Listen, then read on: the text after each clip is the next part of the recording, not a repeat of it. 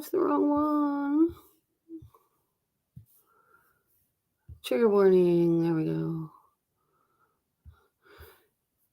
And we're not doing the A in spades today. Oh, no, no, no. We are doing the D. Hang on for me to find my D in spades.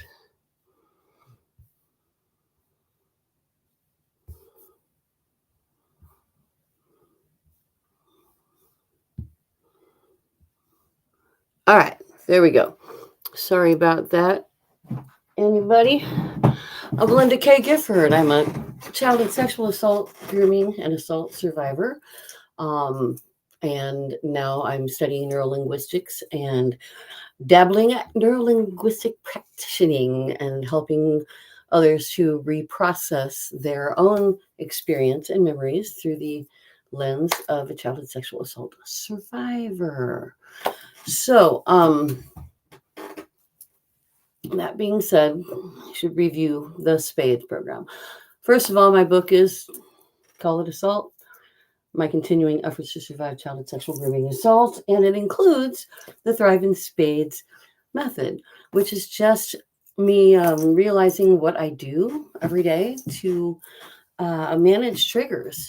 I'm, relatively successful in life. I'm an IBM award-winning songwriter in the sense that I'm a songwriter on somebody else's album, but I've had my own business for years. I founded Sweet Survivor, but the deal is I've always felt that there was something wrong with me. I always wanted to be a normal girl,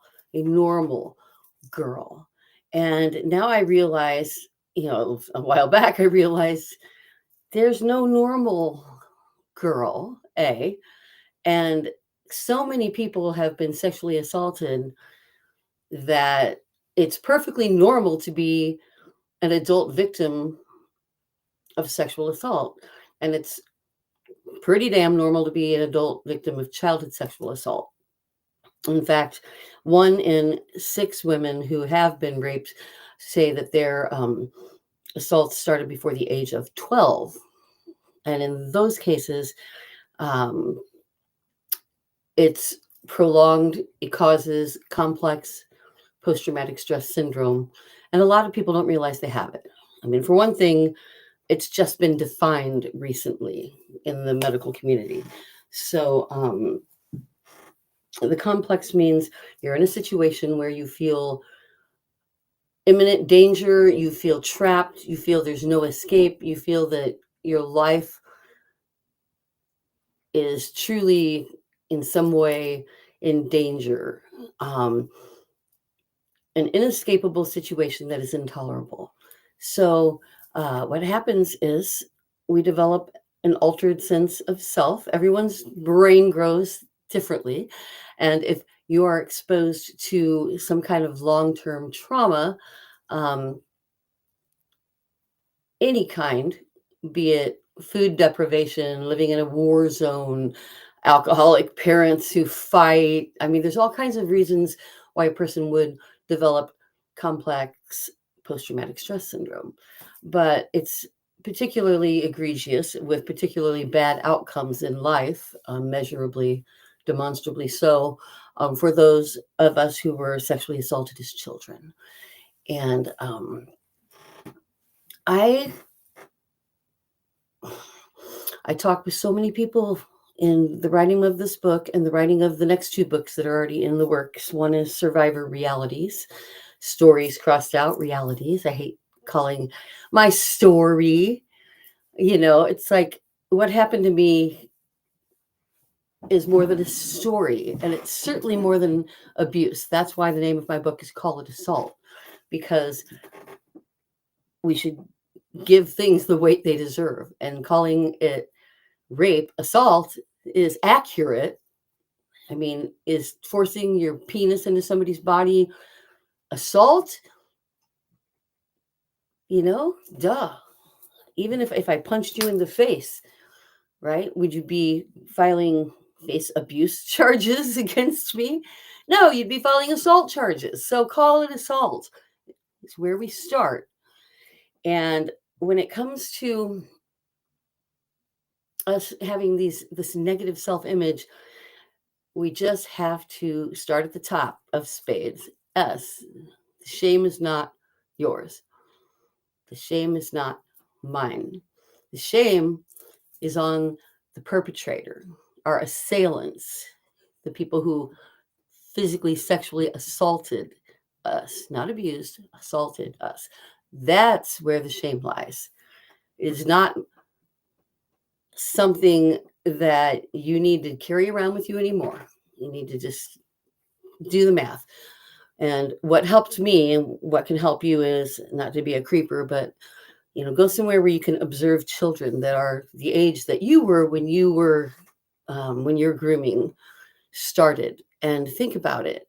I mean, I was just a little kid. My sister married him. He was many years older than her and got her pregnant in high school. Red flag right there. I was just a little kid. He didn't start raping me. It was something that's the grooming part. It builds up.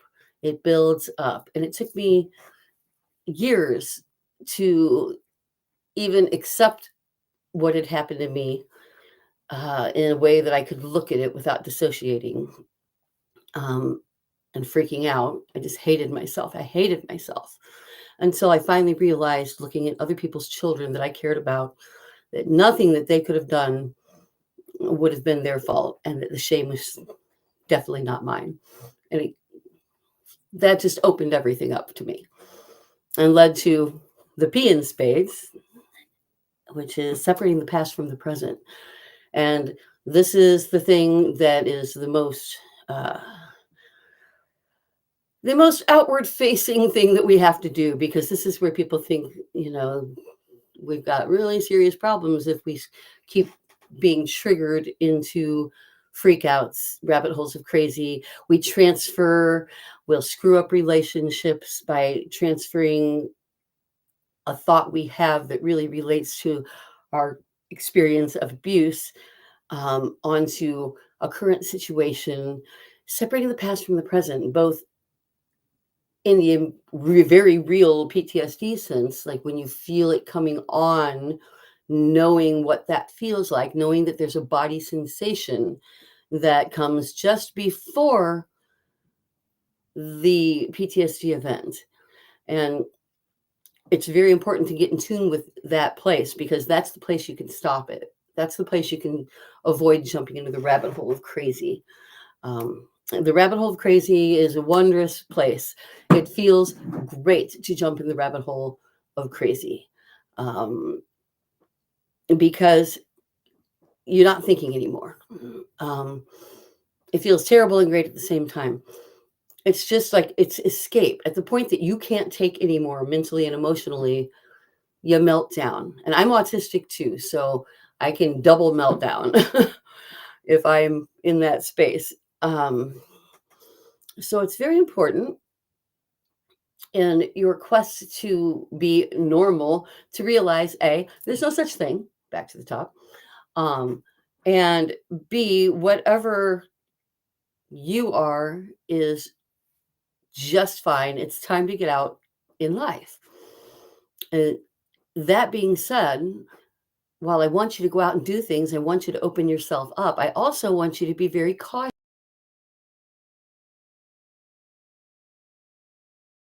No freedom from your assailant as and freedom from your shame as in to just go nuts, because in the end, if you what happens to a lot of people, myself, when I was very young and away from my assailant but very young, I didn't know how to say no, and I didn't want to say no, so I tried to avoid sexual situations because I knew that if I got in one, I was going to have to go through to the end. I didn't understand that no was a thing, and that's part of the grooming, where it becomes ingrained in you. Even if you don't want something, even if you know it's wrong in your own mind and heart, you still dissociate at that point, which means go away. people talk about the reptilian brain, the first response that you have to anything, any stimuli, is to decide whether to fight, fly, or freeze. I mean, negative stimuli, surprising stimuli, obviously. Fight, fly, or freeze. But the thing is, you can do all three at the same time. And that looks like a panic attack. That looks like jumping down the rabbit hole of crazy. That looks like a freak out that can be protective because nobody can mess with you when you're freaking out that bad. What I did was go the dissociation route. I went the leave your body route.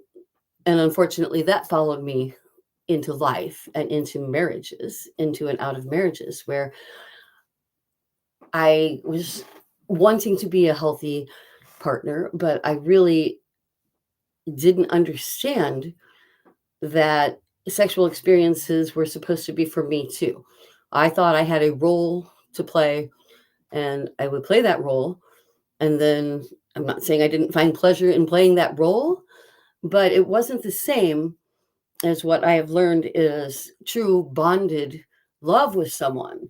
And I encourage everyone to wait until you feel that you have a chance at true bonded love. And the best way I can say this, and this isn't a religious perspective, this is, and I'm pro-choice. I've had 2 abortions, one to save my life. Well, after my baby died and I needed a DNC, thank God I could have one. Nowadays, I just have to wait and carry a dead fetus. So from a non-spiritual perspective, or non-religious, but definitely spiritual, I should say, I believe that if you're doing a thing that can make people, that you should give that a lot of weight, that you should give a whole lot of thought to doing something with someone that can make a person, because the person may not want to get an abortion. Maybe you don't want to have a baby, but they do, or they don't, but they don't want an abortion, or just abortion in general is something that nobody really wants. It's a last case thing. So don't let yourself get fooled into thinking that promiscuity is somehow power. Being loved truly for who you really are, that's power. And the only way you can do that is to take your time. You should not be jumping in bed with anyone. Again, I am not the moral majority. I'm just saying it doesn't work. No morality involved. It doesn't work. It clouds the issues. It makes you not sure what's real and what's not. And I said I've got 2 other books in the writing. One is The Survivor Realities, and the other one is The Love, Sex, Intimacy Paradox, or Loop. I haven't decided which title. And it's that we're told that love is necessary for, we're told that sex and intimacy are the same thing. If you're intimate, it's called sex, right? Sorry, battery stopped over there. So we're told if it's intimacy, we relate that to sex. Sex is being intimate, right? So then we think if we love someone, we want to be intimate. That's intimacy with someone you love. But where we get all screwed up is thinking that sex equals love, because sex and intimacy don't necessarily equal love. And if you just play and you're fine with that, I guess you do you. But to a childhood sexual assault survivor, the ones, myself and the ones I've talked to, that's just not a good, it's not a good plan. It doesn't work for us. We already feel that we've been violated. We already have worked hard to get to the point to take our power back. It took a long time for us to get to the point that we could feel real intimacy, and only in feeling real sexual feelings instead of dissociating can you give. Because if you're not receiving, you don't know the heights of what's possible to give. So your whole life, your whole life is going to be different than that of a person who was not sexually assaulted as a child. But that doesn't mean it has to be a bad thing. In fact, we have the opportunity to learn things that many other people would never even look into. They'd never even study. So many women I know have no idea that their own pleasure is a thing, and they were never assaulted as children or raped. They were never groomed. These women just have been raised in such a way that they think that they're there for someone else's pleasure. They're there to cook and to clean and to be bossed around or hit or whatever. There's a whole lot of ways to suffer. And I encourage people not to compare crosses. Don't compare crosses. What happened to you and me, while it seems like about the worst of the worst, being sexually assaulted repeatedly as children, there are people that have watched their whole families be macheted to death, who have gone out and done wondrous things to help the world. So I encourage you to do that. And next week, we're going to talk about educating and advocating. That's the E in spades. This week, we're talking about don't wait to feel okay to be okay. Back to the top. There's no normal. If you're waiting till you feel fine to get out and do things in life, to have a relationship, to try to trust again, to go to therapy, whatever you need. If you're waiting, don't. There's no time like the present. And you're not getting any younger. And when people are afraid to start something and they say, I'm so old, it's like, people, I'm 60 years old. I didn't start therapy. I didn't even admit I was a child sexual assault survivor until I was 36 years old. There's plenty of room. I didn't start studying neurolinguistics until 2019. You're only growing till you're dead. So have a good life. Have a good life. I recommend, if you want to know more about complex post-traumatic stress syndrome in general, not specifically childhood sexual assault related, but in general, I watch Anna Runkle, also called the Crappy Childhood Fairy. I also watch Patrick Teahan. I get a lot of good support and information from them, and just daily motivation from Patrick Teahan. Anna Runkle really breaks it down, reads people's letters, and breaks down how C-PTSD forms in familial units. Hers is more, it's about all kinds of complex post-traumatic stress syndrome. Then come to me if you want to get deep into how those of us who were sexually assaulted and groomed, how our recovery looks, what we do. And I will touch on some of the things that I think are very important to do. One thing, it's very important to not let them drug you out of your feelings and your emotions and your libido. That's no answer. The answer to having a healthy understanding of sex stolen from you is to not drug away a healthy adult appreciation of your body and your sex life, your intimacy potential. So, that being said, we're going to talk about educating and advocating next week. I want you to try some trauma-focused cognitive behavioral therapy, meaning draw or write your experience. Draw or write what happened to you so that your adult brain sees it in a cognitive manner. And it'll do wonders for your understanding, your awareness of your own situation. I'm going to duck out, and I'm going to be back on in about 5 or 10 minutes because I need to record my entire life story. My publicist said that's what's missing. My publicist is the largest publicist of self-help books in the world, Steve Harrison, and they've been coaching me. And the one thing missing is that I haven't end-to-end told my life story in my own book. It's part 1. And he's like, Great talking about how to heal. Great talking about the language of society and how it needs to change and the laws and the consent laws.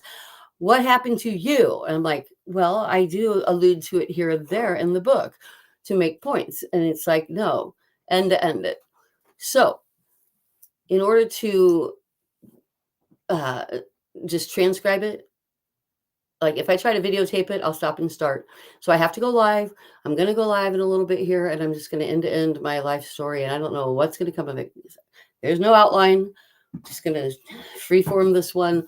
And then I can drop that video into my book and edit away. Edit. I love technology. See you in a little bit. Linda K. Gifford, taking a little break here before I explain what grooming is and how it